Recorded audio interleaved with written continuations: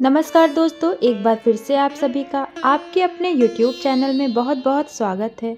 तो आज की वीडियो में हम आपको पुत्रदा एकादशी व्रत कथा सुनाएंगे। वीडियो में आगे बढ़ने से पहले अगर आपने अभी तक हमारे चैनल को सब्सक्राइब नहीं किया है तो सब्सक्राइब कर लीजिए और साथ ही बेल आइकन भी ज़रूर प्रेस कर लीजिए ताकि हमारी सभी वीडियोज़ आप तक सबसे पहले पहुँचे। तो आइए शुरू करते हैं हमारी आज की ये वीडियो। श्री युधिष्ठिर कहने लगे कि हे भगवान, मैंने श्रावण माह के कृष्ण पक्ष की कामिका एकादशी का सविस्तार वर्णन सुना। अब आप मुझे श्रावण शुक्ल एकादशी का क्या नाम है, इसके व्रत करने की विधि और महत्व क्या है, कृपा करके कहिए। मधुसूदन कहने लगे कि इस एकादशी व्रत का नाम पुत्रदा एकादशी है। इस एकादशी को पवित्रा एकादशी भी कहा जाता है। पुत्रदा एकादशी व्रत करने वाले व्यक्ति को पूजा के बाद श्रावण पुत्रदा एकादशी व्रत की कथा जरूर सुननी चाहिए। ऐसा करने से व्रत पूर्ण होता है और मनोकामनाएं पूरी होती हैं। अब आप शांतिपूर्वक इसकी कथा सुनिए। इसके सुनने मात्र से ही वाजपेयी यज्ञ का फल मिलता है। श्री कृष्ण युधिष्ठिर को कथा सुनाना प्रारंभ करते हैं।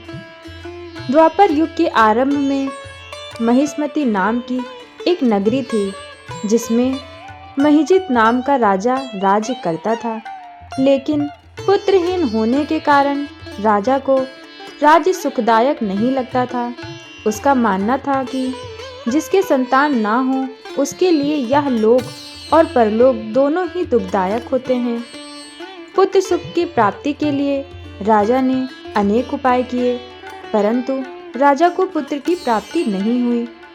वृद्धावस्था में आती देखकर राजा ने प्रजा के प्रतिनिधियों को बुलाया और कहा, हे प्रजाजनों, मेरे खजाने में अन्याय से उपार्जन किया हुआ धन नहीं है, न मैंने कभी देवताओं तथा ब्राह्मणों का धन छीना है, किसी दूसरे की धरोहर भी मैंने नहीं ली।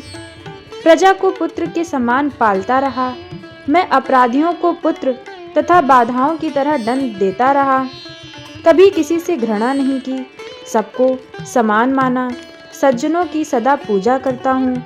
इस प्रकार धर्मयुक्त राज्य करते हुए भी मेरे पुत्र नहीं हैं, सो मैं अत्यंत दुख पा रहा हूँ। इसका क्या कारण है? राजा महिजीत की इस बात को विचारने के लिए मंत्री तथा प्रजा के प्रतिनिधि वन को गए। वहां बड़े बड़े ऋषि मुनियों के दर्शन किए। राजा की उत्तम कामना की पूर्ति के लिए किसी श्रेष्ठ तपस्वी मुनि को देखते फिरते रहे। एक आश्रम में उन्होंने एक अत्यंत वयोवृद्ध धर्म के ज्ञाता, बड़े तपस्वी, परमात्मा में मन लगाए हुए, निराहार, जितेंद्रिय, जितात्माएं, जित क्रोध, सनातन धर्म के गुण तत्वों को जानने वाले, समस्त शास्त्रों के ज्ञाता महात्मा लोमन मुनि को देखा, जिनका कल्प के व्यतीत होने पर एक रोम गिरता था। सबने जाकर ऋषि को प्रणाम किया। उन लोगों को देखकर मुनि ने पूछा कि आप लोग किस कारण से आए हैं? निसंदेह मैं आप लोगों का हित करूंगा। मेरा जन्म केवल दूसरों के उपकार के लिए हुआ है, इसमें संदेह मत करो। लोमन ऋषि के ऐसे वचन सुनकर सब लोग बोले, हे महर्षि, आप हमारी बात जानने में ब्रह्मा से भी अधिक समर्थ हैं, अतः आप हमारे इस संदेह को दूर कीजिए। महिष्मतिपुरी का धर्मात्मा राजा महिजीत प्रजा के पुत्र के समान पालता है, फिर भी वह पुत्रहीन होने के कारण दुखी है। उन लोगों ने आगे कहा कि हम लोग उनकी प्रजा हैं, अतः उनके दुख से हम भी दुखी हैं। आपके दर्शन से हमें पूर्ण विश्वास है कि हमारा यह संकट अवश्य दूर हो जाएगा, क्योंकि महान पुरुषों के दर्शन मात्र से ही अनेक कष्ट दूर हो जाते हैं। अब आप कृपा करके राजा के पुत्र होने का उपाय बताएं। यह वार्ता सुनकर ऋषि ने थोड़ी देर के लिए नेत्र बंद किए और राजा के पूर्व जन्म का वृतांत जानकर कहने लगे कि यह राजा पूर्व जन्म में एक निर्धन वैश्य था। निर्धन होने के कारण इसने कई बुरे काम किए। यह एक गांव से दूसरे गांव व्यापार करने जाया करता था। एक समय ज्येष्ठ माह के शुक्ल पक्ष की द्वादशी के दिन मध्याह्न के समय जबकि वह दोनों दिन से भूखा प्यासा था, एक जलाशय पर जल पीने गया। उसी स्थान पर एक तत्काल की ब्याही हुई प्यासी गौ जल से पानी पी रही थी। राजा ने उस प्यासी गाय को जल पीते हुए हटा दिया और स्वयं जल पीने लगा। इसीलिए राजा को यह दुख सहना पड़ा।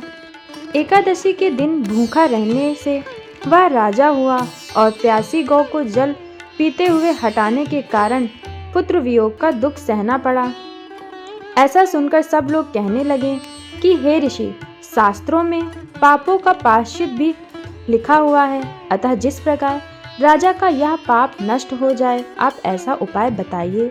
लोमन मुनि कहने लगे कि श्रवण शुक्ल पक्ष की एकादशी को, जिसे पुत्रदा एकादशी भी कहते हैं, तुम सब लोग व्रत करो और रात्रि को जागरण करो, तो इससे राजा का यह पूर्व जन्म का पाप अवश्य नष्ट हो जाएगा। साथ ही राजा को पुत्र की अवश्य ही प्राप्ति होगी। लोमन ऋषि के ऐसे वचन सुनकर मंत्रियों सहित सारी प्रजा नगरी को वापस लौट आई और जब श्रवण शुक्ल एकादशी आई तो ऋषि की आज्ञानुसार सबने पुत्रदा एकादशी का व्रत और जागरण किया। इसके पश्चात द्वादशी के दिन इसके पुण्य का फल राजा को दिया गया।